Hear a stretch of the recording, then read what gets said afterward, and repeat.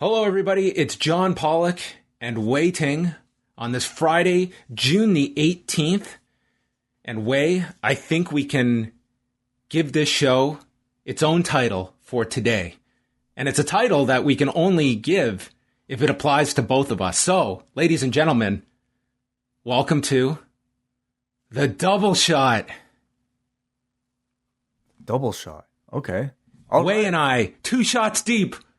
We're in the clear. Oh, you got your second shot too? Yes.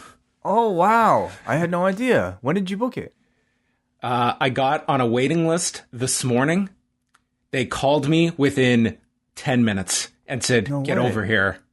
And I got over there and I got my second shot. Wai. Oh, fantastic. Wow. Congratulations, man. You just got it today. Literally got put on a wait list and within 10 minutes got a phone call that I did not recognize the number and almost let it go to voicemail. I am so happy I answered this phone call. And, it's pouring rain out. I got my ass over there as quickly as I could. Boom, stabbed me. I'm very excited. I've been on a high for 3 hours now. Well, let's hope it's just that type of high. Are you feeling any other effects? None so far. But I don't care. Whatever happens in the next 24 hours, it's fine. Give me a headache. Give me flu-like symptoms. I don't care. I don't care what comes my way in the next 24 hours. There's not going to be a peep of complaining out of me. Because I had to keep up with you. I mean, look at you, just at the front of modern medicine here in Toronto. So how could we move forward if we were not on the same level of protection? Well, I'm happy to hear it, and really happy to hear more and more people, getting fully vaccinated in the city. So that means we're that much closer to, I guess, maybe podcasting in the same room at some point. Ladies and gentlemen, the post-reunion, the live post-reunion with us and the extended family, the Toronto chapter. It's going to happen. I can see it happening now. First the patios, then haircuts, and then live podcasts. For the last year and a half, Wai, I've kept here in my office a full bottle of J.R. Ewing bourbon. And I've said many a time, when we all get the post family together, that bourbon's opening, okay? J.R. Ewing bourbon that I have not opened for years. It's my last bottle, and it's for all of us. Oh, wow. So when we all get our second shot, maybe a third shot and a fourth shot and a fifth shot to come. Very much so. But we have a bit of news to discuss ahead of tonight's doubleheader, our final Friday doubleheader, which after several weeks, I'm okay to kind of scale back from. I'm enjoying the Wednesdays. I'm not going to lie. I like that gap in the middle of the week, which we will not be filling next week because we got the Friday-Saturday combo next weekend before Dynamite returns to Wednesday, June 30th. Yeah. So, no matter what, it's like we won't have the Wednesday wrestling, and that's you're right. It's been somewhat enjoyable, but I'm ready to go back to our normal schedule. Stacking everything towards the end of the week. Nobody wants to stay up late on a Friday doing work. Well, we will be doing that anyway, and we'll be adding a third hour in August. So really, it's just we're going to add the Wednesday and Friday combination, basically.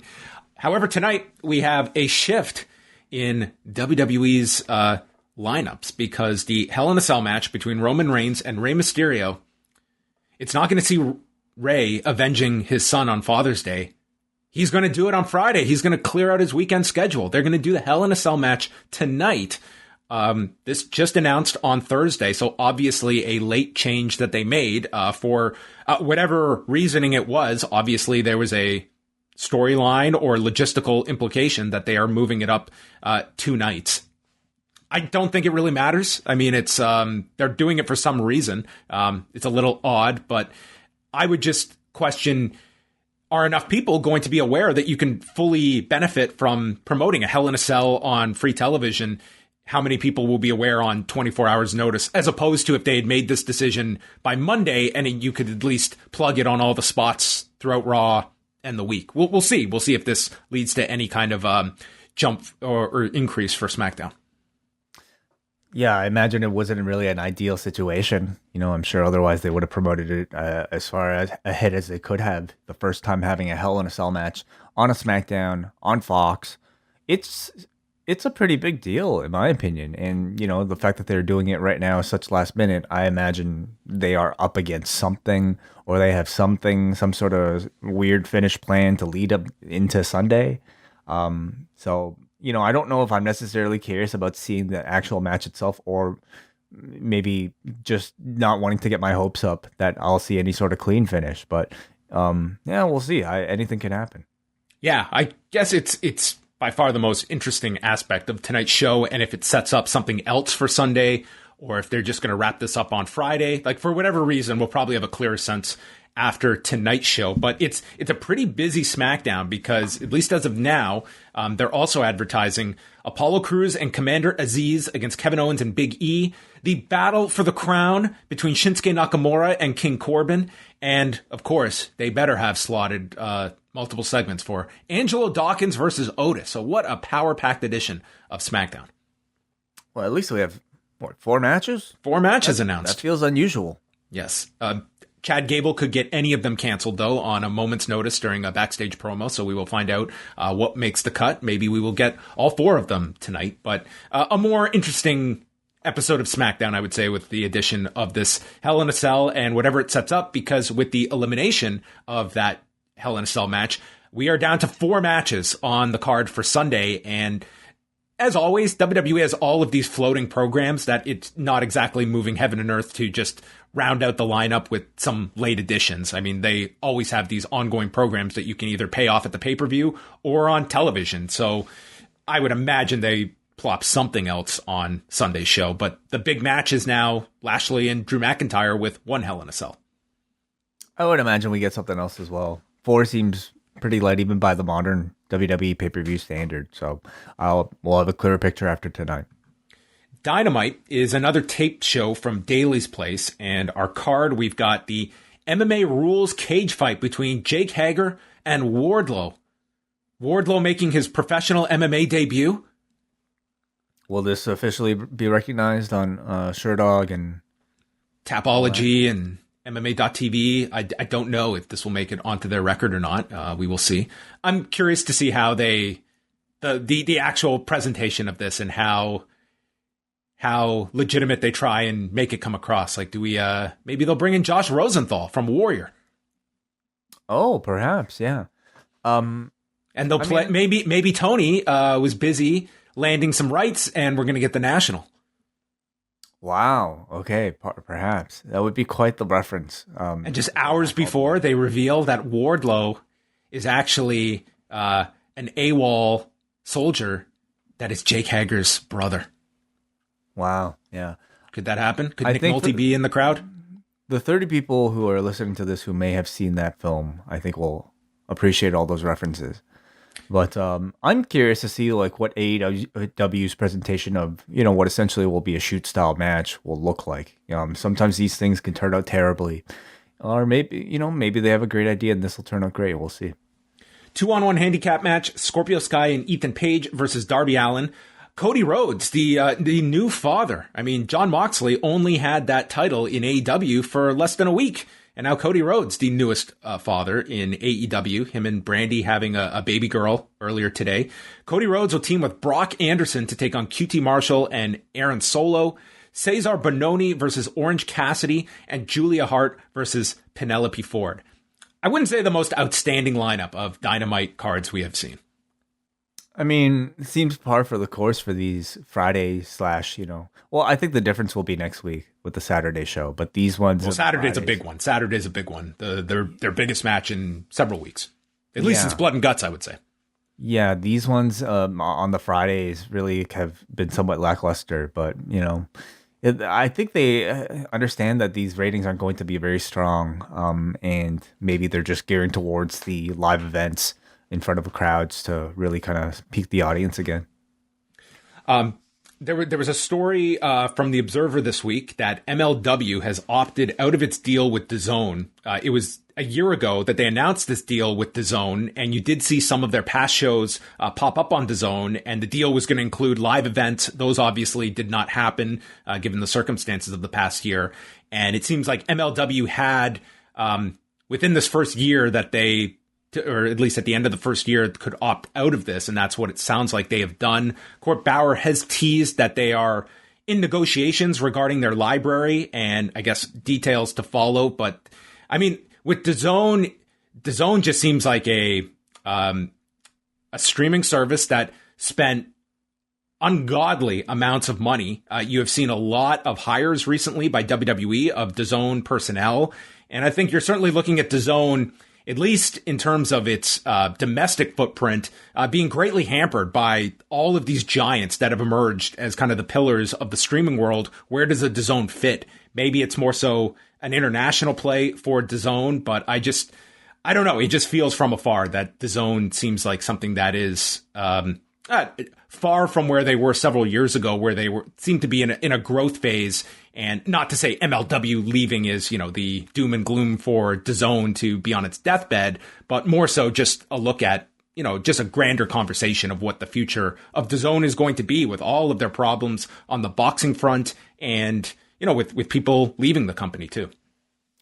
I'm not really all that privy to some of the, boxing or MMA dealings that they have going on, or really anything with the other sports. I think my perspective is that we perhaps all thought that it would be a bigger player in the wrestling space, and MLW was the closest that they got to it, and evidently maybe not a solution that seemed to work out, at least from MLW's perspective right now. So they have a lot of other places that they're airing their shows on, and yeah, so hopefully they can get that library.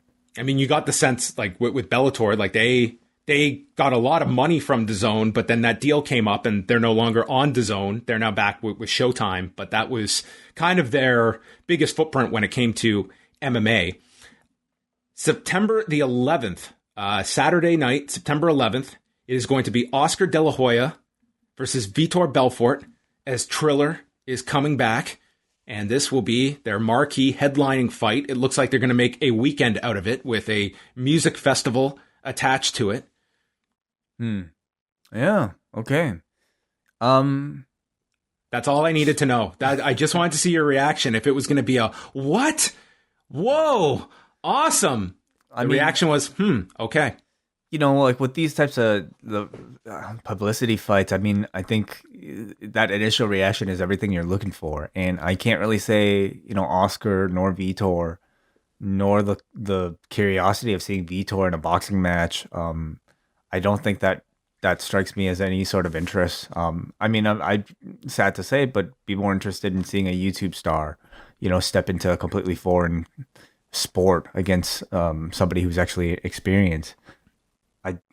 I'm sure there are going to be fans of Oscar that'll probably want to see this guy come back and have this sort of match, but I don't know how much mainstream crossover appeal it might have.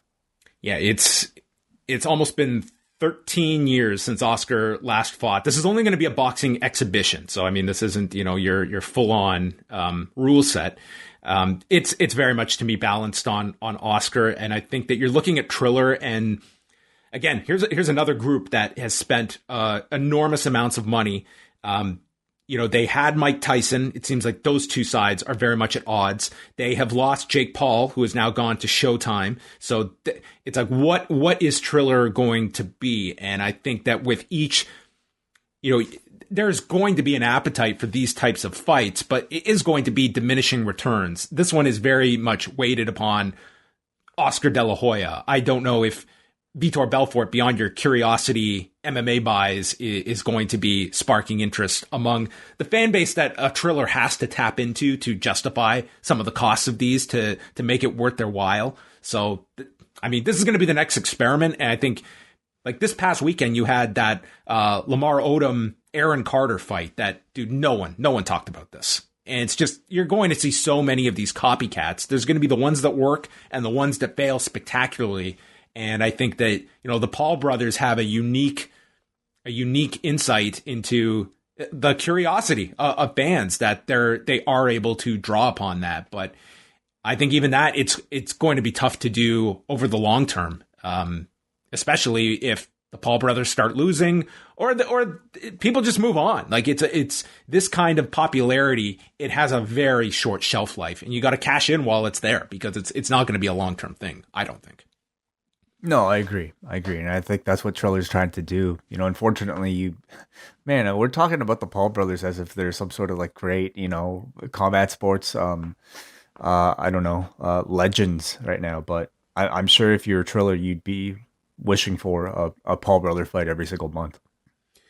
John Orand at Sports Business Journal reported that UFC 263 this past weekend did a reported 500,000 buys domestically and an extra 100,000 internationally. So 600,000 for Israel Adesanya and Marvin Vettori, plus the return of Nate Diaz. I think those would be your key factors. So UFC, I mean, that's a very healthy number.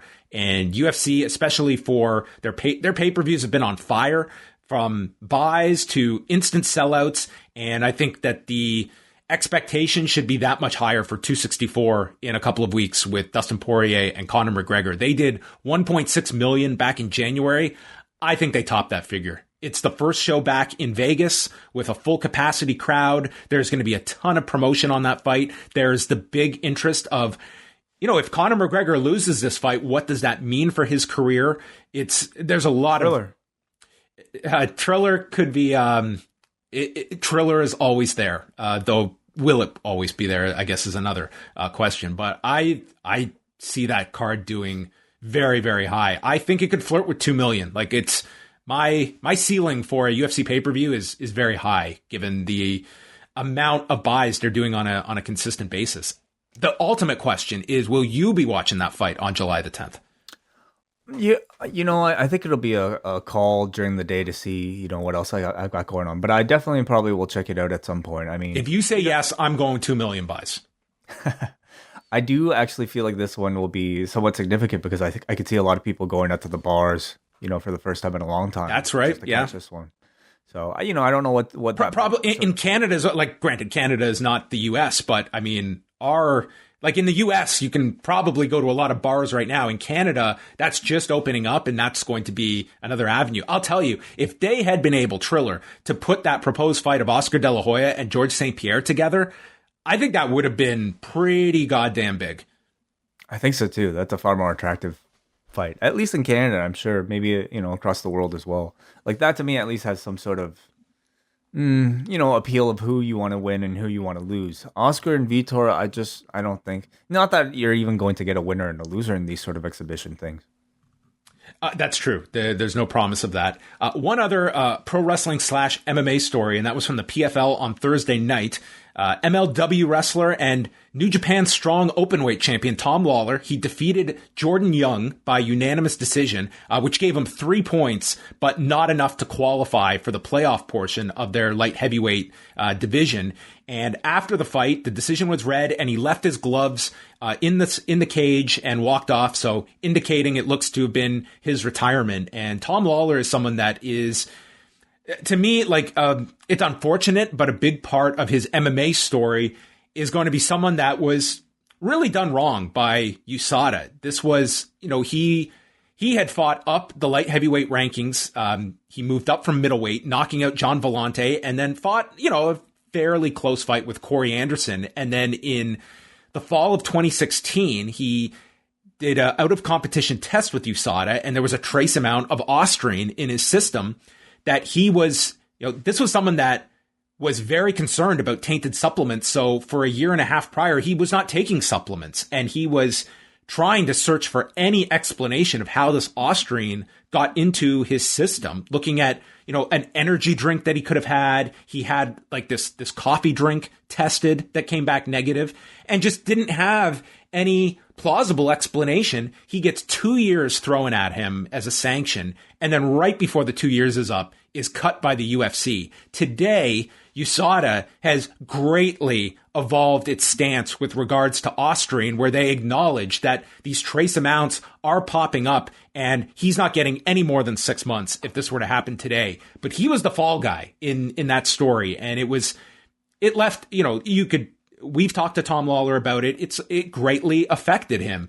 This was someone that, from my experiences with him and just seeing a lot of his statements on the matter with regards to drug testing over the years, is someone that had a very high ethical compass. So this greatly harmed, in his mind, his reputation that he was attached to this. It to me was the perfect example of USADA overstepping, and the goal of any anti-drug testing program, it should not be to weed out the Tom Lawlers of the sport. You want more Tom Lawlers in the sport, and it took out a giant chunk of his career. He did come back. He fought on that Golden Boy card a number of years ago, and then signed with PFL to join their season this year, competing at light heavyweight. So if this is the end of his career, I mean, this was someone that came up in the Ultimate Fighter in 2008, and then fought on that UFC 100 card. Got a Performance of the Night bonus on that card. So someone that, fought a lot of high competition at 185 pounds and then at 205 as well. And, of course, has the connection to professional wrestling through what he's doing now. An awesome way to go out. Like somebody choosing to do it by themselves and going out on a win at that. We also, of course, have to mention his incredible entrances for several of his weigh-ins. I think one of my favorite memories of ever covering combat sports was being in Montreal and seeing this dude come out, me sitting with you and Arda Okal, as he comes out dressed up as the Shockmaster, which nobody else except the few of us, and I think Ariel Helwani, appreciated. I think it was like our row, and we were like, how many people get this reference in this room? Very few, I imagine, but it was incredible. And some of the ones, I was at another card in Montreal back in May of 2010. That's when he came out as Dan Severn. He just had so many that he came out with, and it set him apart. It was, he was somebody that just, I think, understood that, hey, I am one of hundreds of fighters on this roster. I'm going to use my window to leave an impression on people. And I think he certainly was able to do that with a lot of his entrances. But don't take it away. Like, this was a really, a quality fighter.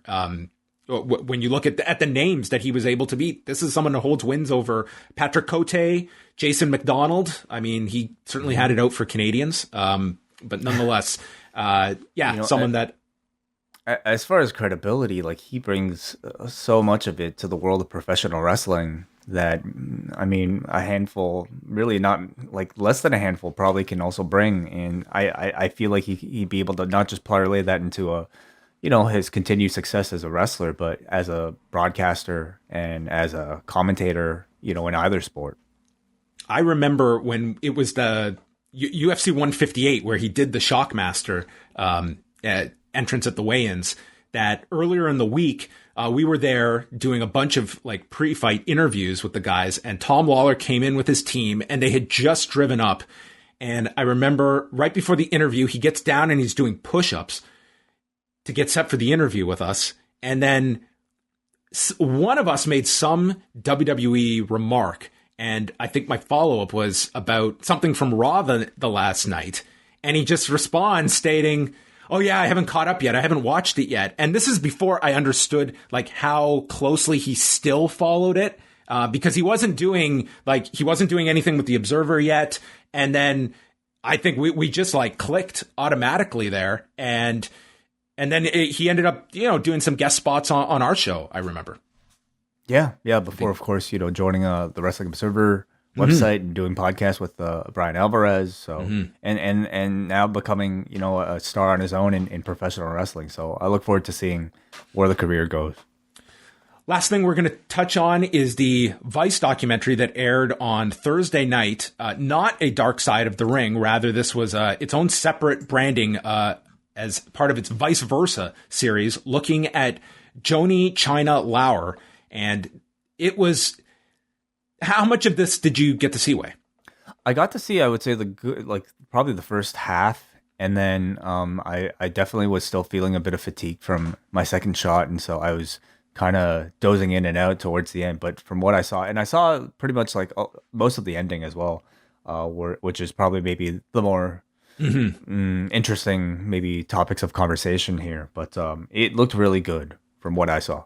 It's a very sad look at the final years of Chyna's life, and it's kind of, we jump from the timeline back and forth of her entering wrestling, coming up in wrestling, and then the fallout after she leaves the company in 2001, juxtaposed with modern day where, it's someone that is very much trying to get her life in order. This includes picking up everything and going to Japan for several years where she becomes a school teacher and then coming back to the US.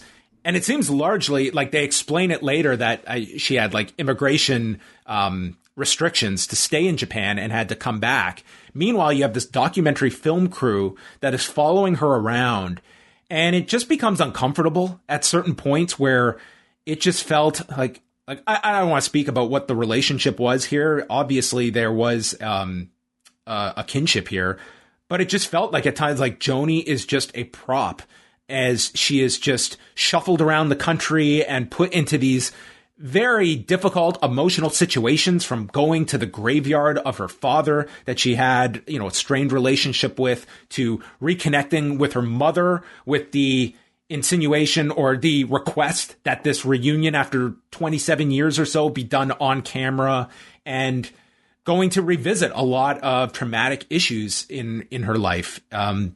Going back, showing up at WWE headquarters and just all this other stuff. And I think you really feel for her that here's a woman that was lost and did not have a support system around her. And I found that to be really tragic, of just how her life ended, and was someone that appeared to have a very good heart, but made a lot of unfortunate decisions in her life and was plagued by drug addiction. It's a very sad story. Yeah, I haven't seen some of those scenes that you had mentioned, but like the most of this documentary is not just a retelling of her history, but also a lot of footage that they had filmed of her for this documentary that was never released. So most of it was never before seen, but it also turned into a story of her documentarians, having pretty, being pretty close to her up until the moment of her death. And yeah, very difficult to see, her wrapped up with these people towards the end. I mean, it's the documentary film crew that finds her when she's died. Yeah.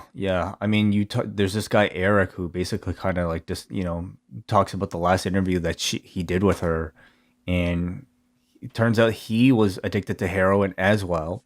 And if you see this footage from this final interview, it is just awful. The last thing this person needed at that point was a camera in her face. I don't know for what reason. I certainly didn't really feel like it was really being all that helpful. Whatever their intentions were, it came off very exploitive, where they all can see this woman has a problem, and this, whatever their sense was that this is somehow therapy or help, it was not. And it just felt uncomfortable how this all had to be played out with like an audience in mind, that this is great content. This is a woman that is literally falling apart in front of your eyes. And it's all kind of, God, the person running all this is her manager by the name of Anthony Anzaldo, who is a prominent speaking figure in the documentary. And I just don't see how you can't have this enormous sympathy for Joni, that this woman needed grave help. And it did appear that her sister, Kathy, was someone that got her at least into the door at rehab, but that only lasts about 10 or 15 minutes before Joni storms out and excommunicates her sister from her life. This is someone that pushed a lot of people away, but it's like, you can understand, like, she was under, she was not under, I think, great circumstances. Like, this is a woman whose life felt broken and seemed very much shattered from the loss of this former career as Chyna that she identified as. And I think it's one of those tales you look at where the individual very much becomes that character and identifies as that. And you see this a lot in show business and people who their identity is their is their on-air persona, whether it's in television, in radio. There's countless examples. And when that's taken away, what are you? And I think she had a large hole in her life when she did not have Chyna from this worldwide celebrity at the peak of the company during the Attitude Era. It's only 4 years she's in WWF, but is a pretty enduring figure to those. And her life just is spiraling out of control. There were some very uncomfortable scenes, like an appearance on Howard Stern, where she just appears to be a mess. And that's, you look at just the coverage of celebrities, and yeah, I think you summed it up perfectly. This was a woman that did not need a camera in her face, and yet all these places, they could not help but turn that red light on to look at this woman that was falling and falling. I think you have to consider the circumstances in which she was, essentially ousted from the company too. Just of course they go right into the whole Paul Levesque relationship and the whole Stephanie affair that ultimately, this person was caught between having her heart broken and having to continue to work in the company that your ex is in, along with the boss's daughter that he had the affair with. So what a terrible situation. And beyond that, of course, they own the IP, so she couldn't be herself. And you're also talking about the tail end of the Monday Night War, so there wasn't exactly competition to go to. So this person, where does a person go after, having made your name as this persona in this career, in this industry at that point? So, kind of tells you the story of like her going to Japan. I was actually surprised at the amount of coverage that they got. Talking to Inoki, talking to Chono. They talked to like pretty much like, several principal actors that they had access to. There's like a clip from Paul Levesque as well, which I wasn't sure if it was specifically shot for this or if it was from some other archival, footage. Well, there was the Paul Levesque. It's literally one clip of him where it appears to be an original interview for this. And this is not kind of like the stylized WWF content. Like, this is full on like WWE footage throughout this, which again, there are ways to get around that. It's not to say WWE licensed the footage out here. But I mean, there's no shortage of WWE footage. And so that was notable. Yeah, I mean, some of the people interviewed included Sean Waltman, and it just seemed like both were in extremely bad ways in their lives, and it just seemed like coming together was terrible for both of them. They briefly talked about the sex tape that came out with the two of them. I mean, they did not shy away from her porn career. That, again, it seemed like it really did affect her when Hunter went on Austin's podcast stating, one of the reasons they can't put her in the Hall of Fame is the risk of young children Googling Chyna, Joni Lawler, and what they'll come upon. And number one, I do think I agreed with Mick Foley here that he kind of told Chyna, like, stop putting so much weight on the WWE Hall of Fame. Like, it's not the defining goal for your life. At the same time, like, I think that just the way she was portrayed for committing the unforgivable sin of participating in pornography, I think that's more just an indictment of what society views as just such a taboo that I find to be just ridiculous that that's somehow disqualifying. But nonetheless, like, it had a great impact on her. And you could see, like, she was very much driven by just trying to get back into WWE in any form or fashion. But I think that you also have to look at beyond that. Okay, had she gotten the Hall of Fame treatment and comes back for that one night, then what? What is next? It seems like it's often you put goals ahead of yourselves that are going to be fleeting, that momentarily you're back on a big stage, but then it's on to the next thing. It's not like she was going to be coming back and it's suddenly 1999 again. So I just think she was someone chasing this part of her life that was not going to come back, and drugs became a substitute for that. Yeah, really tragic story to see play out. And, unfortunately, it wasn't until after death where I think you got this new narrative of somebody who really felt like a victim throughout this entire, last several years of last decade of her life. And maybe it took something like this to be able to put all that into perspective. I thought Mick Foley was excellent. I mean, he was just someone that had such a genuine concern for her. I also thought that Vince Russo came off very well in this documentary. This was not Vince Russo with any kind of shtick. It just came across like a person that was genuinely concerned about his friend and was greatly impacted by what happened to her. I thought both of them came off very well. In terms of the other, like Sean Waltman, he's in it, but it's very brief for the time period that it's a very quick amount.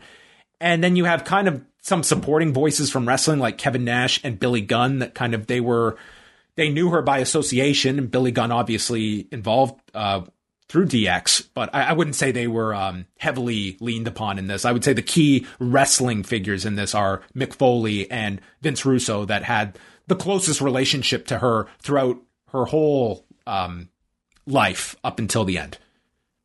Mm-hmm.